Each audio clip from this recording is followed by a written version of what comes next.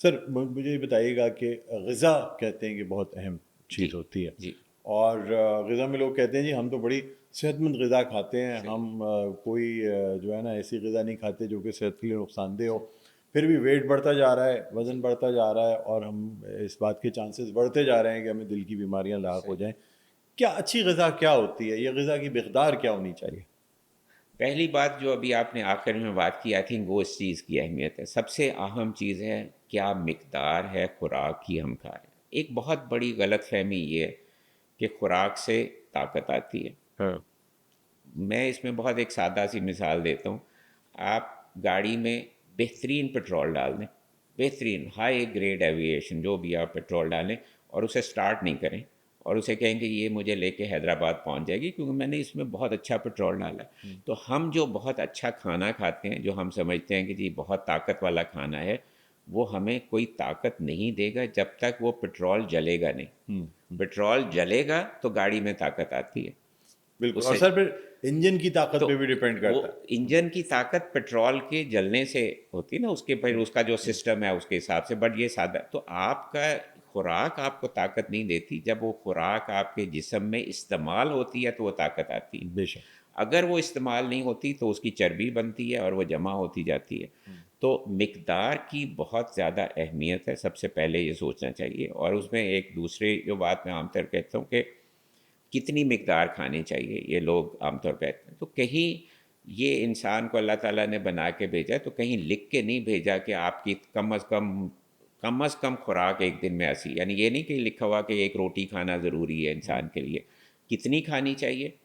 ہماری سب سے بڑی غلطی یہ ہے کہ ہم دوسرے کی پلیٹ کی طرف دیکھ کے کھاتے ہیں. وہ کہتے ہیں کہ وہ دو روٹی کھاتے ہیں، میں تو ایک ہی کھاتا ہوں یا کچھ بھی نہیں کھاتا، سوکھے چنے کھاتا ہوں.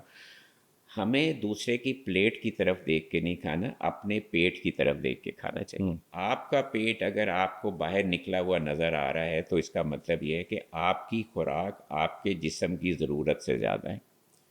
اب چاہے آپ اپنے جسم کی ضرورت بڑھائیں زیادہ ایکسرسائز کر کے، اور خوراک کی مقدار میں کمی کریں. سب سے پہلی شرط وزن کو صحیح رکھنے کی یا یہ باقی سب بیماریوں سے بچنے کی ہے کہ آپ خوراک کی مقدار کو کم رکھیں. اور ہمارے مذہب بار بار مستقل یہ لکھا ہوا ہے کہ آپ اپنی بھوک سے کم کھائیں، پیٹ پورا نہیں بھریں. تو بھوک جو ہے وہ آپ کے جسم کی ضرورت نہیں ہے، وہ آپ کی خواہش ہے. اللہ تعالیٰ نے انسان کو چونکہ اختیار دیا ہے تو جانوروں کے مقابلے میں یہ چیز فرق کی کہ جانوروں میں جو ان کے انسٹنکٹس ہیں وہ بہت سٹرونگ ہیں. تو بہت زیادہ جانور یہ ہیں کہ کھانا ملتا ہے ان کو، جتنے ان کی ضرورت ہوتی ہے وہ کھاتے ہیں پھر چھوڑ کے چلے جاتے ہیں. انسان جو ہے چونکہ اس میں انسٹنکٹس کو اختیار دیا ہے تو انسٹنکٹس کو کم کر دیا. تو اختیار میں ہمیں روکنا ہے اپنے آپ کو. یعنی آپ کی بھوک آپ کی خواہش ہے، آپ اپنی خواہشات کو جتنا اپنے کنٹرول میں لائیں گے اتنا کنٹرول میں آ جائے گی. جتنا اسے کھلا چھوڑیں گے وہ کبھی آپ کا پیٹ بھرا ہوا محسوس ہی نہیں ہوگا، آپ کھاتے جائیں گے. سر کوئی ایسا مریض جس کا کہ جو فربا ہو، جو ہیلدی ہو، اوور ویٹ ہو، کبھی وہ اس بات کو مانتا ہے کہ وہ زیادہ کھاتا ہے؟ اگر وہ مانتا ہو تو پھر اوور ویٹ ہی نہیں ہوگا. اچھا. جی. تو اسی چیز کو اسی وجہ سے تو اوور ویٹ ہوتے ہیں. کوئی 100 میں سے ایک میں ہو سکتا ہے کوئی ایسی میڈیکل کنڈیشن ہو جس کی وجہ سے ان کو موٹاپے کی پرابلم ہو، لیکن جنرلی 99% میں پرابلم صرف یہ سمپل ریشو ہے، ہم کتنی کیلریز کھا رہے ہیں اور کتنی کیلریز خرچ کر رہے ہیں.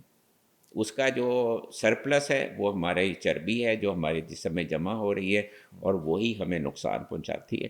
یہ پیٹ میں جمع ہونے والی چربی بہت خطرناک ہے. وزن سے بھی زیادہ اہمیت اس چیز کی ہے کہ ہمارا پیٹ باہر نکلا ہوا ہے یا نہیں نکلا ہوا. تو ہمیں اس کی دیکھنا چاہیے. اور سمپل چیز ہے، کیا چاہیے آپ کو؟ ایک ٹیپ چاہیے میئر کرنے کے لیے. آپ پتلون پہنتے ہیں یا وہ پہنتے ہیں اس پہ آپ نہیں جائیے کیونکہ وہ تو ہم ڈفرینٹ طرح سے ڈفرینٹ جگہ پہ باندھتے ہیں. لیکن ایک ٹیپ چاہیے آپ کو اپنی میئر کرنے کے لیے. آپ کیا اس کی میئرمنٹ ہے؟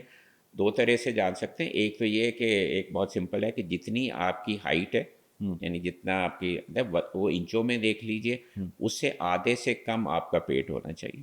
اچھا. یعنی فرض کریں کہ 6 فٹ کا آدمی ہے تو 3 فٹ سے کم، یعنی 36 انچ سے کم ہونی چاہیے. لیکن دوسری جو ہے وہ ساؤتھ ایشینز کے لیے نمبر دیے ہوئے ہیں ہم نے. مردوں میں 36 انچ سے کم ہونے چاہیے، ایکچولی 35.4 انچ ہے تو 36 انچ سمجھ لیں، اور خواتین میں 32 انچ سے کم ہونی چاہیے. اچھا، تو مردوں میں 36 انچ سے کم، خواتین میں 32 انچ سے 32 انچ کم. سے کم. جی، اگر یہ ویسٹ ہوتی ہے تو اس کا مطلب یہ ہے کہ آپ میں موٹاپا نہیں ہے، اس سے مطلب کم رہنا اس سے چاہیے. کم رہنا چاہیے. جی سر ڈائٹ کی جب ہم بات کرتے ہیں، کھانے کی بات کرتے ہیں، تو اب لوگ کہتے ہیں جی وہ انڈے کی زردی نکال دیں، جی ٹھیک ہے، اچھا گھی نہیں کھائیں، کوکنگ آئل یوز کر لیں. مجھے بتائیے گا کہ ایک کامن مس نومر جو سب سے زیادہ ہمارے ناشتے سے شروع ہوتا ہے وہ یہ ہے کہ کیا انڈے کی زردی کے ساتھ کھائی جا سکتی ہے؟ کیا وہ زردی نکال کے بچوں کو دی جاتی ہے؟ اکثر مائیں جو ہیں وہ اپنے ہسبینڈ کے انڈے میں سے زردی نکالتی ہیں، بچوں کو کھلا دیتی ہیں کہ چلو، کیونکہ ہم آپ کو یاد ہوگا پہلے 2 زردی والے انڈے آتے تھے جی جو جی بڑے جی مہنگے جی ہوتے تھے. جی. تو وہ یہ کیا درست ہے کہ آپ بچوں کو زردی کھلا سکتے ہیں انڈے کی، یا زیادہ کھلا سکتے ہیں، اور بڑے جو ہیں وہ بالکل زردی مائنس کر دیں انڈے کی اپنی ڈائٹ میں سے؟ اس میں تھوڑا سا میرے خیال ایک ماڈریشن کی ضرورت ہے، ایک درمیانے راستہ اختیار کرنے کی ضرورت ہے. بہت ساری اس پہ بحث ہوتی ہے اس میں، لیکن میرا جو کانسیپٹ ہے میں اس حساب سے بات بتا رہا ہوں، اور وہ جو ہے سائنٹیفک چیزوں پہ بیسڈ ہے جو میں بات کر رہا ہوں. پہلی چیز کو یہ سمجھنے کی ضرورت ہے کہ اللہ تعالیٰ نے انڈا جو بنایا ہے وہ بچہ اس میں بنتا ہے. اب بچہ جب تک اندر بن رہا ہوتا ہے، انڈے سے باہر نہیں نکلتا، تو اس کی کوئی خوراک نہیں ہے، سب چیزیں بن رہی ہیں، تو اس میں پوری انرجی اس کے بننے کے لیے اس انڈے کے اندر رکھی ہوئی ہے اللہ تعالیٰ نے. تو وہ ایک انرجی پیک ہے. اب آپ ایک انرجی پیک کھائیں اور اس کے بعد کرسی پہ بیٹھے رہیں تو وہ انرجی پیک آپ کے کس کام کا؟ وہ الٹا نقصان کرے گا. لیکن اگر آپ وہی ایک انڈا کھائیں اور اس کے بعد آپ نے 10,000 اسٹیپس کیے، یا آپ 5 کلومیٹر چلے، یا آپ 4 منزل سیڑھی چڑھے، تو وہ انڈا آپ کے لیے نقصان دہ نہیں ہوگا بلکہ اور فائدہ دے سکتا ہے. تو آپ کو اس چیز سے ریلیٹ کرنا چاہیے. آپ اگر بہت فزیکل ایکٹیویٹی کرتے ہیں، ریگولر ایکسرسائز کرتے ہیں، تو ایک انڈا زردی سمیت کھانا شاید کوئی نقصان نہیں دے گا. لیکن اگر آپ سارا دن دفتر میں بیٹھے رہتے ہیں تو وہ ایک انڈا بھی آپ کو نقصان دے گا. اور اس کی سفید میں دیکھیے، پہلی بات میں نے جہاز سے کہا کیلریز ہمیں دیکھنی ہے کہ ہمیں کتنی کیلریز کھانی ہے. لوگ بہت ساری اوقات میں کرتے ہیں کہ ہم نے دوپہر کا کھانا چھوڑ دیا، اب ہم آفس میں ہوتے ہیں تو ہم ایک بسکٹ کھا لیا، ہم نے چنے رکھ لیے ہیں، وہ چنے کھا لیتے ہیں. اب چنوں میں بھی تو کیلریز ہیں، وزن تو نہیں کم ہوگا اس کے چنے کھانے سے، لیکن اس میں فیٹ نہیں ہے، وہ ٹھیک ہے اپنی جگہ وہ چیز ہے. تو پہلی ہمیں چیز دیکھنی ہے مقدار کتنی ہے، اس مقدار کے اندر رہتے ہوئے پھر ہم نے یہ دیکھنا ہے کہ ہم کیا چیزیں ہیں جو ہماری صحت کے لیے اچھی نہیں ہے. تو ہمیں چکنائی کی مقدار کو اوور آل کم کرنے کی ضرورت ہے.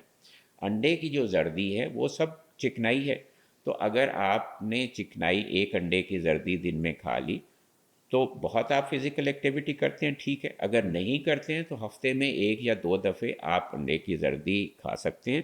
سفیدی انڈے کی ڈیلی کھا سکتے ہیں کیونکہ اس میں پروٹین ہے. جنرلی آپ کے ریشو میں ہر خوراک میں ہم یہ بہت سارے جو ہمارے پاس سائنٹیفک پیپر ہے تو اس میں وہ پلیٹ کا کانسیپٹ ہوتا ہے. پاکستان میں انفارچونیٹلی ہم ایک ویسے پلیٹ میں تو نہیں کھاتے ہیں، باہر جو سرو ہوتا ہے آپ کا وہ پلیٹ ہوتی ہے تو ایک ڈفرینٹ ہے. لیکن پلیٹ سے بھی سمجھنے کی ضرورت ہے. سمجھنا یہ کہ آپ کی ایک وقت کی جو پوری خوراک ہے اس کے اندر آپ کا آدھا پورشن جو ہے وہ پروٹین ہونا چاہیے. یعنی اور پروٹین میں وہ سارے اینیمل سے ہونا ضروری نہیں ہے، آپ کے ویجیٹیبل بیسڈ پروٹینز بھی ہیں، دال جیسے بھی پروٹین بینز ہیں، بینس دالیں ہیں، وہ سب پروٹین ہیں. اسی طرح دودھ ہے وہ بھی پروٹین ہے. جو چیز ہے جس میں خاص طور پہ کاٹیج چیز ہے یا جو فیٹا چیز ہے وہ لو فیٹ ہوتی ہے. تو کاٹیج چیز گھر میں ہم پہلے زمانے میں پنیر بناتے تھے، اب بھی پنیر بنا دہی سے سکتے پانی ہیں. نکال کے پنیر جی بنا جی لیتے. پنیر بناتے، تو وہ چیزیں ہم اس کو استعمال کر سکتے ہیں. بینز ہیں وہ چیزیں استعمال کر سکتے ہیں. کوارٹر پورشن سے زیادہ چکنائی نہیں ہونی چاہیے، اچھا، اوور آل چکنائی. اوور آل چکن. جی. ٹھیک. اب اس میں انڈے کی زردی کی ہم نے بات کر لی، دوسرا آپ نے بٹر ذکر بھی آ کیا گیا، تھا انڈے کی بٹر. زردی، جی cooking oil and all sorts of جی. فیٹس. آئل کا جو استعمال ہے اس میں ایک تو یہ کہ اوور آل مقدار جو آئل کی ہے وہ ریکمنڈیشن یہ ہے کہ 1 لیٹر تیل ایک شخص کے لیے 1 مہینے کے لیے، اس سے کم ہونا چاہیے، اس سے زیادہ نہیں ہونا چاہیے. ٹوٹل مقدار 1 لیٹر ایک شخص کے لیے 1 مہینے کے لیے. ہمارا جو جنرل استعمال ہے پاکستان میں، یعنی جو امپورٹ ہوتا ہے سارا تیل، کیونکہ باہر سے آتا ہے سارا، کم از کم 3 سے 4 گنا زیادہ اوور آل استعمال ہے ہمارے آئل کا. تو ہمیں آئل کا استعمال کم کرنا چاہیے. اس میں دوسری بات یہ ہے کہ آئل بہت ہائیلی پروسیسڈ ہے. کنولا بھی اور یہ بھی، اس میں سے نکالنے کے لیے آپ کو بہت پروسیسنگ کرنے کی ضرورت پڑتی ہے. تو وہ اب یہ کچھ ریکمنڈیشن ہے کہ ان پروسیسنگ کی وجہ سے اس میں پرابلم ہو جاتی ہے. جیسے سویا ہے، وہ ایک تو ویجیٹیبل ہے، لیکن اس سے آئل نکالنے کے لیے بہت ہائی پروسیسنگ کی ضرورت ہوتی ہے. تو اس پروسیسنگ میں جو ڈیمیج ہوتا ہے آئل کو، اس کی وجہ سے کچھ اب یہ کنسرن ہے کہ یہ والی آئل جو اس طرح کے استعمال نہیں کرنے چاہیے. بیج والے جو آئل ہیں ان میں کم پروسیسڈ ہونا چاہیے. ایک تو ہمیں خوبصورتی کی بہت عادت ہوگی، تو ہمیں آئل کا بھی ہوتا ہے کہ جی بالکل صاف ستھرا ہونا چاہیے، اس کے تھرو نظر آئے. ایکچولی آئل تو صاف ستھرا نہیں ہوتا، مرکی ہوتا ہے. اس کو صاف کرنے کے لیے بہت ہائی پروسیسنگ کرتے ہیں. جتنا کم پروسیسنگ کی ہوگی وہ اتنی اچھی بات ہے. یعنی پروسیسنگ کرنا، ہائی پروسیس فوڈ جو ہے وہ جنرلی اچھی چیز نہیں ہے. تو آئل کے استعمال میں، چاہے آلیو آئل ہے، اس میں بھی ایکسٹرا ورجن آلیو آئل کی کیوں اتنی اہمیت، قیمت بھی زیادہ ہوتی ہے؟ کیوں اس لیے زیادہ ہے کہ وہ کم پروسیسڈ ہوتا ہے. یعنی وہ کولڈ پریسڈ ہے، فرسٹ ٹائم میں جتنا نکلتا ہے وہ ایکسٹرا ورجن آئل ہے. پھر اور اس میں سے رگڑ رگڑ کے جو آئل نکالتے ہیں وہ پھر اور بڑھ جاتا ہے.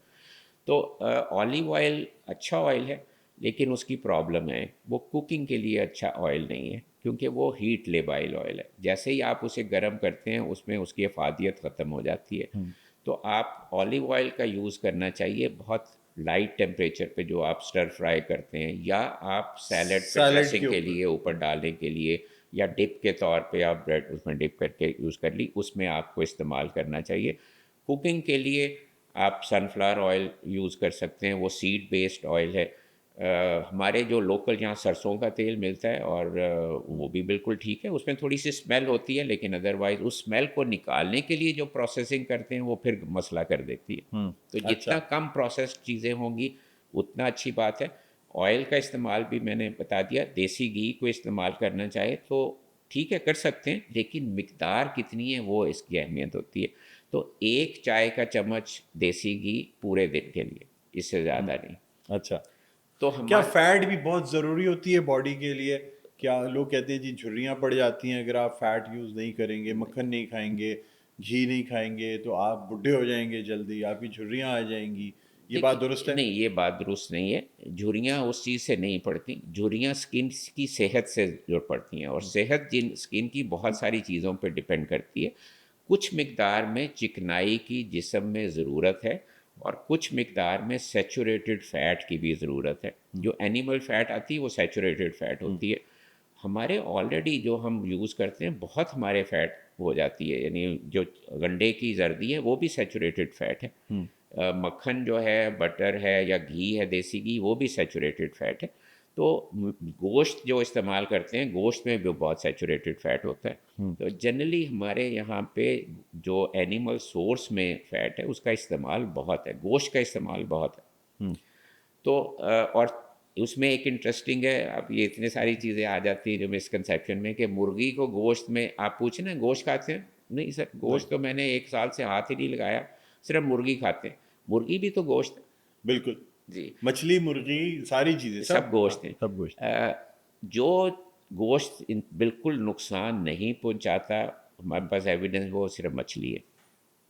اچھا. مرغی بھی، لیکن وہ بھی فرائیڈ نہ کریں پھر. فرائی نہیں، وہ تو پھر آپ نے جس طرح پکائی وہ ہو گیا نا. ہم باربیکیو کر لیں، شوربہ بنا لیں اس جی کا. جی، اس کا. لیکن مرغی میں بھی فیٹ ہے، مرغی بھی گوشت میں شمار ہوتی ہے. تو گوشت کا استعمال جنرلی کم ہونا چاہیے. تو میں جیسے کہہ رہا تھا کہ ہاف پورشن آپ کا وہ پروٹین ہے، ہاف پورشن یہ، اور ہاف کوارٹر پورشن جو ہے وہ آپ کاربوہائیڈریٹس رکھیں گے، یعنی نشاستے والی چیزیں رکھیں گے، لیکن وہ پروسیسڈ نہیں ہونی چاہیے. یعنی اس میں چوکر جو ہے یا بھوسی موجود ہونی چاہیے. یعنی ہم میدے والی چیزیں نہیں، آٹے کو استعمال کریں. چاول کو پورا صاف نہیں کیا ہو، اس کے اوپر تھوڑا وائٹ چھلکا بریڈ کی ہو. جگہ براؤن بریڈ رکھیں، چوکر والے آٹے سے روٹی بنا کے کھا لیں، یا ایسی چیزیں جس کے اندر فائبر ضرور فائبر ضرور ہو. فائبر، تاکہ ہمارے جو معدہ ہے یا آنتیں ہیں وہ چلتی رہیں، اس میں جو ہے وہ بلک آف دا فوڈ جو ہے وہ اس سے بن جائے. جی، اس میں فائبر کے علاوہ ایک اور پروسیسنگ میں جو ایک اور ہوتا ہے، جیسے پھل ہے، اور پھل اچھی چیز ہے، ہیلدی چیز ہے، لیکن اس کا مقدار کا خیال رکھنا چاہیے. لیکن جوسز جو ہیں وہ ہیلدی نہیں ہے. ایون فریش جوسز ہیلدی نہیں ہے. کیوں؟ کیا فرق ہوتا ہے؟ ایک تو یہ ہے کہ ہو سکتا ہے کہ فائبر کو نکال دیا، دوسرا یہ ہے کہ جب پھل خود ہوتا ہے تو جو شوگر پھل کے اندر ہوتی ہے وہ فائبر کے ساتھ اٹیچڈ ہوتی ہے. تو جب وہ پیٹ میں جاتی ہے تو وہ آہستہ آہستہ شوگر ریلیز ہوتی ہے، تو باڈی اس کو زیادہ بہتر طرح سے استعمال کرتی ہے، ہینڈل کرتی ہے. اس کو گلائسیمک انڈیکس کہتے ہیں. اگر آپ اس کو پریس کرتے ہیں یعنی کرش کرتے ہیں جوس بنانے کے لیے، تو شوگر علیحدہ ہو جاتی ہے اور فائبر علیحدہ ہو فائبر علیحدہ جاتا ہے. ہو جاتا ہے. اب اگر فائبر ہے بھی اس کے اندر موجود تو شوگر تو علیحدہ ہے، شوگر فوراً ابزارب ہو جائے گی اور ایک دم آپ کے خون میں شوگر کی مقدار فوراً بڑھ بڑھے گی، جائے گی. تو گلائسیمک انڈیکس بڑھ جاتا ہے. تو اس کی وجہ سے اس کا وہ فائدہ یا نہیں ہے بلکہ نقصان ہو جاتا ہے جو پھل کھانے میں فائدہ تھا. تو جوسز، ایون فریش جوسز سے احتیاط کرنی چاہیے. اور خاص طور پہ میں خیال بچوں کے لیے، چونکہ میں دیکھتا ہوں بہت آپ ماں باپ جو ہے آسانی سے وہ یہ سمجھ کے اوپر ایک ڈبہ ہے جس کا جوس کا، جس کے اوپر پھل بنا ہوا ہے، تو وہ سمجھتے ہیں کہ اس میں یہ پھل کا جوس ہوگا. تو آپ اس میں خدا لیبل ضرور پڑھیے. اس میں پھل کا ایکچوئل مقدار، یعنی پھل کے جوس کی ایکچوئل مقدار کچھ فیصد ہوتی ہے، 10% سے بھی کم ہوگی، 3%. کیوں؟ اس پہ ساتھ لکھا ہوتا ہے انہوں نے اپنا لیگل کور کرنے کے لیے کہ یہ ڈرنک ہے. ڈرنک میں یہ شوگری ڈرنک ہے، اس میں بیسیکلی فلیور ڈالا ہوا ہے، پھل ایکچولی کوئی اس میں نہیں ہے. تو پیور پھل کا جوس ویسے بھی کوئی خاص اچھی چیز نہیں ہے، لیکن آپ دینا چاہیں بچوں کو تو خود جوس نکال لیجئے. بچوں پہ تھوڑی سی ہمیں محنت کرنی چاہیے. یہ جو ہم اب اکثر جو گھروں بچے جب اسکول جاتے ہیں تو اب کیا ان کو نہ کھانے میں ہم دیتے ہیں اسنیک کے لیے، یہ جو پروسیسڈ میٹ کی چیزیں بنی ہوئی ہیں، یا آپ کی یہ کپ کیکس اور وہ بیکری کی آئٹم بنے ہوئے ہیں، کیونکہ وہ ریڈیلی اویلیبل ہیں. ہم آسانے اٹھائی صبح، ماں باپ دونوں کو کام پہ جانا ہے، دونوں کو جلدی ہے، بھاگ رہے ہیں، تو اس میں انہوں نے ان کے اسنیک باکس میں فوراً ایسی کوئی چیز ڈال دی. لیکن یہ بچوں کی صحت کے لیے نہ صرف اس وقت نقصان دہ ہے بلکہ ان کو ایک غلط عادت بھی ڈال رہے ہیں. آپ شروع سے بچوں کو، جو آپ ایک پہلے بات ہوئی تھی کہ زردی بچوں کو دے دینی چاہیے، شاید ان کو صحت میں اس زردی سے نقصان نہیں ہو، لیکن آپ ایک غلط عادت ڈال رہے ہیں. خود آپ صحیح پریکٹس کیجئے بچوں کے سامنے. اور ایک اور دوسری بہت اہمیت ہے، آپ اکثر یہ ہوتا ہے گھر میں کسی والد ہیں، ان کو بلڈ پریشر کا پرابلم ہے یا ان کو ہارٹ کی پرابلم ہوئی ہے. اب ان کو بریانی بہت پسند تھی، تو بریانی سامنے آئے گی تو ان کا ایک تو منہ لٹک جائے گا اور کہیں گے کہ یہ دیکھیں کتنا ظلم کی بات ہے، میں بریانی بھی نہیں کھا سکتا. بچے جو ساتھ بیٹھے ہوئے ہیں وہ ان چیزوں سے سیکھتے ہیں. وہ سمجھتے ہیں کہ اس کا مطلب یہ ہے کہ والد کو یہ چیز پسند نہیں ہے. آپ خوشی سے یہی چیز آپ کہیں کہ دیکھیں مجھے یہ بریانی ہے سامنے، میں نے نہیں کھائی اس لیے کہ یہ میری صحت کے لیے اچھی نہیں ہے، اور I am proud of it, مجھے اس پہ فخر ہے کہ میں اپنے ہاتھ کو روک سکا، اپنی خواہش کو میں نے روک لیا. تو اس سے بچے یہ چیز سیکھیں گے کہ کس طرح مجھے غلط کام کرتے ہوئے اپنے آپ کو روکنا ہے. تو یہ بچے آپ سے سیکھتے ہیں، بچے بہت تیزی سے سیکھتے ہیں آپ کے بات کرنے سے نہیں، آپ کے ایکشن سے. ایکشن سے زیادہ سیکھتے ہیں. تو ہمیں ساتھ ساتھ جو ہم خود کھاتے ہیں انہی طرح سے بچوں کو بھی صحیح عادت ڈالنی چاہیے شروع سے کھلانے کی. یہ صحیح ہے کہ ان کی جو ریکوائرمنٹس ہیں وہ ڈفرینٹ ہیں، اس کے حساب سے ان کو پروٹین کی زیادہ ضرورت ہے، ان کو کیلریز کی زیادہ ضرورت ہے، اس لیے کہ ان کی گروتھ ہو رہی ہے، اس لیے کہ وہ ماشاءاللہ بھاگتے دوڑتے زیادہ ہیں زیادہ تر اوقات میں. اب تو بچوں کی بھاگ دوڑ بھی ختم ہوگی، اب تو اسکرین پہ چیزیں لے کے وہ بیٹھے ہوتے ہیں تو اسی پہ. لیکن بچوں میں موٹاپا جو آ رہا ہے وہ بھی ایک بہت خطرناک علامت ہے.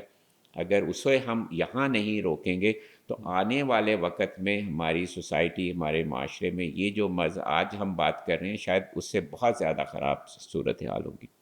سر ایک کامن مسنومر یہ ہے کہ چکنائی کم کرنے کی جو دوائیں، کولیسٹرول لوورنگ ڈرگس جو ہیں، ان سے کوئی خاص فرق نہیں پڑتا. ایک مسنومر چلی کہ جی یہ تو فارماسیوٹیکل کمپنیز کا ایک اسکیم تھا، اربوں خربوں ڈالر بنانے کے لیے یہ چیزیں ہوئی. کیا یہ اس بات میں کہاں تک صداقت ہے؟ یہ جو اسٹیٹنس ہوتے ہیں، یہ جو دوسری کولیسٹرول لوورنگ ڈرگس ہوتی ہیں، واقعی کیا دل کی بیماریوں کی اس علامت میں یا اس کے انسیڈنس میں کمی لاتی ہیں؟ بہت سے لوگ کہتے ہیں جی جوڑوں کا درد ہو گیا، کمزور ہو گیا، میں جی اس سے بالکل باڈی نچوڑ لی ہے ان دواؤں نے، کیا کہیں گے؟ انفارچونیٹلی آئی تھنک یہ میرے خیال میں اگر جو یہ شریانوں میں بلاکیج کا مسئلہ ہے جس سے فالج اور ہارٹ اٹیک ہوتا ہے، اس چیز میں سب سے زیادہ اس کو روکنے میں جو مؤثر دوائی ہے وہ یہ کولیسٹرول لوورنگ میڈیکیشن، اس میں چاہے اسٹیٹن اس وقت پاکستان میں وہ ہے، لیکن اب اس کے علاوہ دوسری دوائیاں بھی آ گئی ہیں جو کولیسٹرول کو کم کرتی ہیں، اور کچھ انجیکٹیبل دوائیاں بھی آ گئی ہیں جو بہت اچھی طرح سے کم کرتی ہیں کولیسٹرول کو.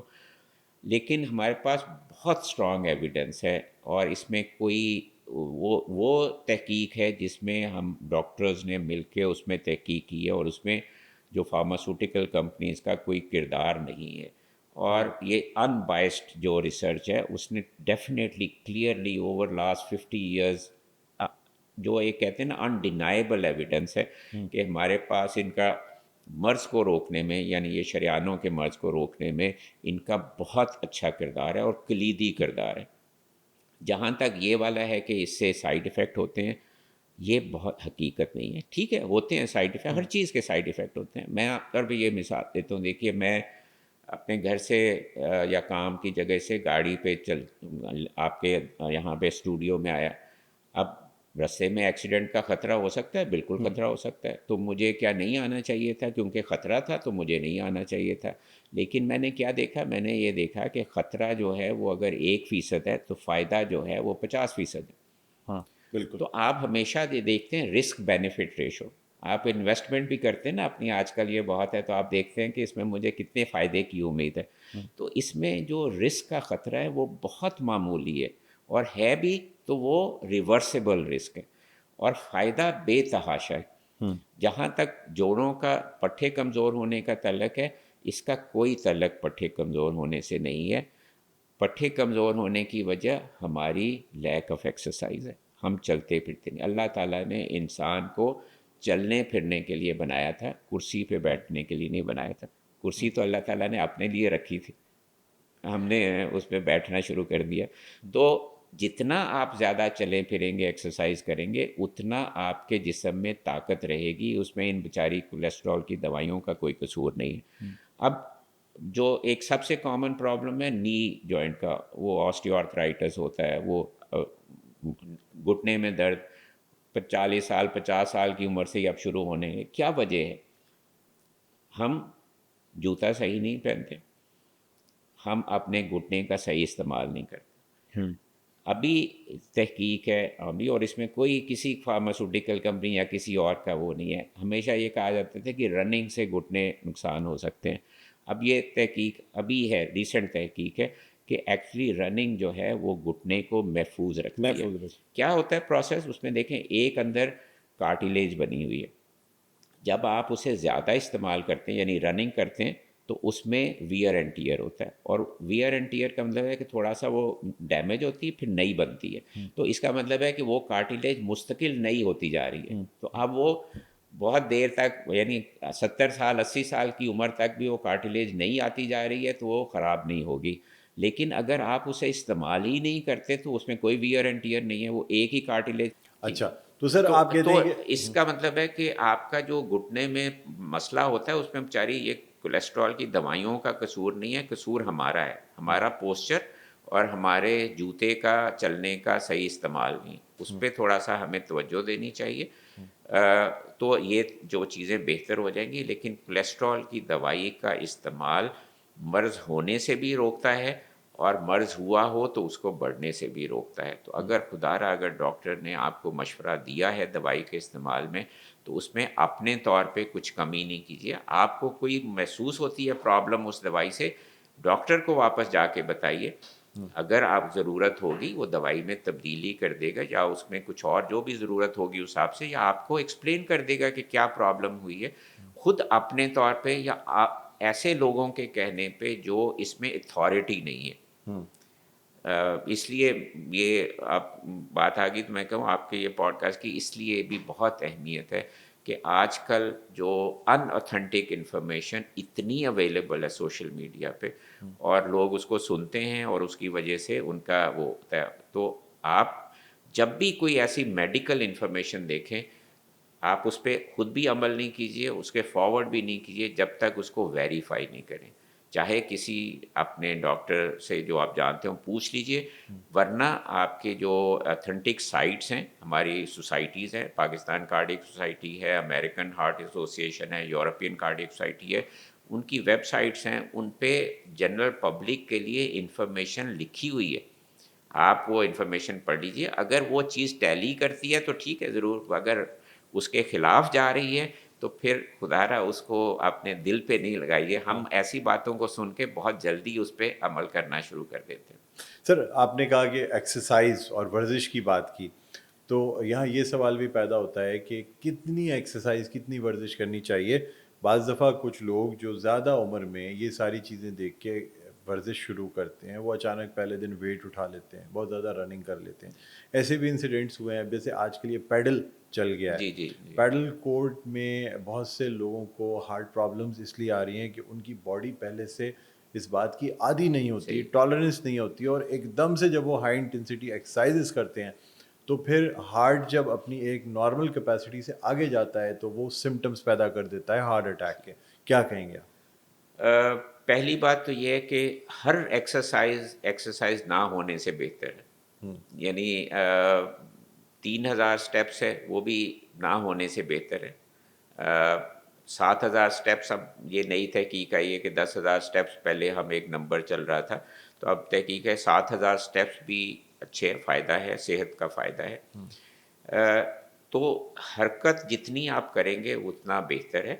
تو 7,000 اسٹیپ سے والا دوسری جو 2 چیزیں وہ کہتے ہیں کہ کم از کم آپ ہاف این آور کی آپ کی ماڈریٹ ایکٹیویٹی ہونی چاہیے.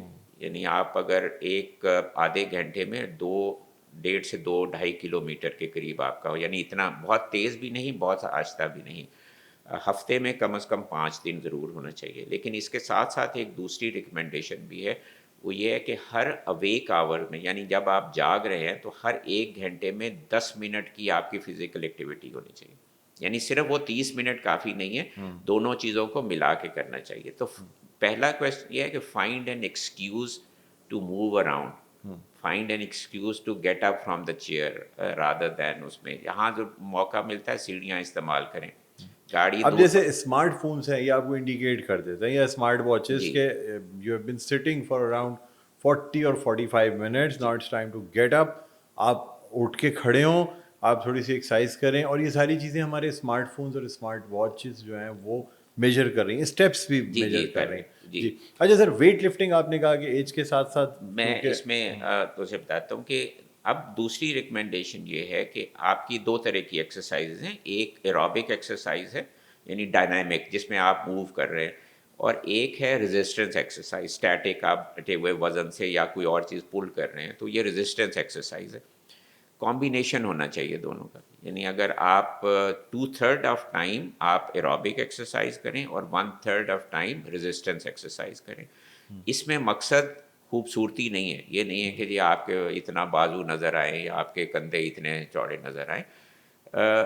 اسٹرینتھ بحال کرنا ہے، مسلس کو اسٹرینتھ کی ضرورت ہے، اس لیے کہ چلنے واک کرنے میں آپ کے سارے مسل گروپ یوز نہیں ہوتے. تو پروکسیمل مسلس کے لیے آپ کی یہ ریزسٹنس ایکسرسائز کی ضرورت ہے، اور خاص طور پہ بڑھتی ہوئی ایج میں 50 سال کی ایج کے بعد اور زیادہ ضروری ہے. ورنہ یہ ہوتا ہے کہ 60 سال کے بعد آپ کہیں جی اب میرا بیلنس صحیح نہیں ہے، چلنا مشکل ہوتا ہے، سیدھا نہیں چل سکتا، اٹھ کھڑے ہونے میں چکر آتے ہیں. وہ اس وجہ سے کہ آپ کے مسلس جو ہے وہ کنڈیشن نہیں ہیں، ان کو بہتر کرنا چاہیے. لیکن ایک دوسرا آپ نے سوال کیا تھا، جب بھی آپ ایکسرسائز شروع کریں، کچھ بھی ایکسرسائز شروع کریں، ہمیشہ گریجولی بلڈ کریں. آپ نے آپ کے جسم کو، وہ ایک جب بھی یہ آپ ورک آؤٹ والی دیکھیں نا، ہر جگہ لکھتا ہے لسن ٹو یور باڈی. یہ صحت کے لیے we have to start listening to our body. اپنے جسم کا خیال رکھیں، جسم کی صحت کا خیال رکھیں، جسم سے سنیں، بات کریں. یہ پرانی دیکھیں بابا بلے شاہ کی ایک بہت پرانی وہ ہے نا، جو ان کی ایک نظم ہے، پڑھ پڑھ علم تے فاضل ہوئے ہو، ہاں کدی اپنے آپ نو پڑھیا نہ ہے. پڑھیا نہیں. واہ واہ. تو اس میں یہ جسمانی بھی طور پہ ہے اور روحانی طور روحانی پہ بھی طور ہے. پہ بھی ہے. یعنی اللہ تعالیٰ کو بھی پہچاننے کے لیے آپ کو اپنے نفس کو جاننے کی جاننے کی ضرورت ضرورت ہوتی ہے، لیکن اپنے جسم کو آپ صحت مند رکھیں گے ہاں. تو آپ کی روح بھی خوش رہے گی اور آپ باقی کام بھی بہتر کر سکیں گے. بالکل سر، کوئی میسج جو آپ دینا چاہیں؟ میرا خیال میں نے لاسٹ جو میسج دیا یہی سب سے بہت میرا خیال اہم ہے کہ ایک یہی سلوگن ہم کر سکتے ہیں کہ خدارا اپنے جسم کو جانیے، جسم کی بات سنیے، جسم کو محفوظ رکھیے. اس تو یہ اگر آپ چیزیں کر لیں گے، اس میں خوراک بھی شامل ہو گئی، اس میں آپ کی ایکسرسائز بھی شامل ہو گئی، اور اس میں ریگولر چیک اپ بھی شروع ہو گیا. کیونکہ یہ جو کرونک ڈیزیزز ہیں، جو یہ بلڈ پریشر ہے، شوگر ہے، کولیسٹرول زیادہ ہونا ہے، ان کی کوئی علامات نہیں ہوتی. یہ سب سائلنٹ ڈیزیزز ہیں. ان میں ہم جاننا چاہتے ہیں اس کے بارے میں، اور اس کو ٹھیک رکھنا چاہتے ہیں اپنے آنے والے کل کو محفوظ رکھنے کے لیے. اس میں ہمارے علاج کا مقصد یا ان کا جاننے کا مقصد ہے ہمارے آنے والے کل کو محفوظ رکھنا چاہیے. اس لیے ہم نے ایک کمپین شروع کی ہے جو میں کہتا ہوں اس کو ہم فینٹاسٹک 4 کہتے ہیں. کیونکہ 4 چیزوں کو میں سوچ رہا تھا کہ ہمیں رکھنا چاہیے. کیا؟ بلڈ پریشر 130/80 سے کم، شوگر فاسٹنگ 100 سے کم، کولیسٹرول ٹوٹل کولیسٹرول 200 سے کم یا جن میں دل کے امراض ہیں 160 سے کم، اور پیٹ کی پیمائش 36 انچ اور 32 انچ سے، اور مردوں اور عورتوں میں اس سے کم. یہ 4 چیزوں کو اگر ہم نظر میں رکھیں تو بہت ساری بیماریوں سے بچ سکتے ہیں. تو یہ مجھے کرتے ہوئے خیال آیا کہ اس کو کس طرح سے ہم سلوگن بنائیں.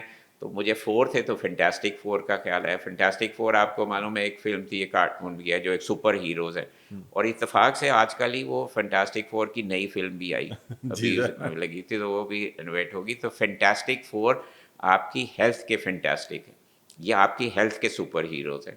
ان کو اگر آپ ٹھیک رکھیں گے تو آپ کی صحت انشاءاللہ محفوظ رہے گی. ٹھیک ہے، بہت بہت شکریہ سر پروگرام کے لیے آپ نے وقت نکالا. ناظرین، ڈپارٹمنٹ آف پریونٹیو کارڈیولوجی، قومی ادارہ برائے امراض قلب یعنی NICVD، national institute of cardio vascular diseases کے ہمارے ساتھ موجود تھے ڈاکٹر خاور عباس کاظمی صاحب، جنہوں نے آج بات کی صرف بچاؤ کے حوالے سے کہ کس طریقے سے اپنی صحت کو بہتر بنا سکتے ہیں آپ کچھ اسٹیپس کر کے، کچھ چیزوں سے بچ کے اور پرہیز کر کے. آنے والے ایپیسوڈز میں ہم خاص طور پہ یہ جو بڑھتے ہوئے آج کل رجحان ہے سڈن کارڈیک ڈیتھس کا، یعنی اچانک اموات ہو جانے کا، اس کے حوالے سے بھی بات کریں گے، اور پھر دل کے دیگر امراض کے حوالے سے بھی بات کریں گے. سو میرے چینل اور یہ پوڈ کاسٹ دیکھنا نہ بھولیے گا. مجھے ڈاکٹر بلند اقبال کو اجازت دیجیے. اپنا بہت خیال رکھیے گا. اللہ حافظ.